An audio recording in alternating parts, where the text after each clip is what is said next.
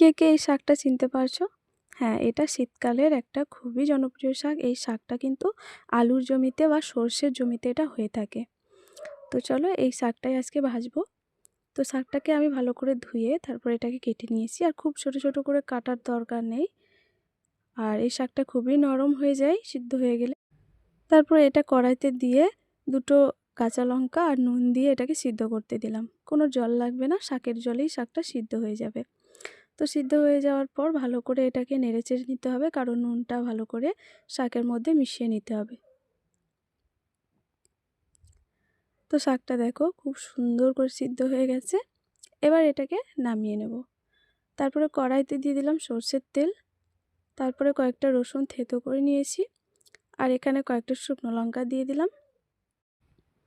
এই শাকটা খেতে কে কে পছন্দ করো অবশ্যই জানাবে। আর এই শাকটা কিন্তু আলু দিয়েও রান্না করা যাবে। একদম পাতলা করে আলু কেটে দিয়ে আলুর সঙ্গে এটা বেশ মাখা মাখা করেও রান্না করা যায়।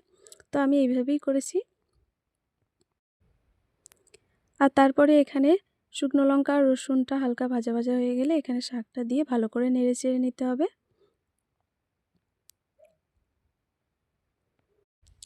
প্রায় 30 থেকে 40 সেকেন্ড এটাকে ভালো করে নেড়ে চেড়ে নিতে হবে, তবে কিন্তু স্বাদটা ভালো লাগবে। তো আজকের রান্নাটা কেমন লাগলো অবশ্যই কমেন্টে জানাবে।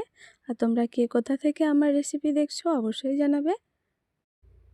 আর এই শাকটা কে কী নামে চেনো অবশ্যই কিন্তু কমেন্ট করে আমায় জানাবে।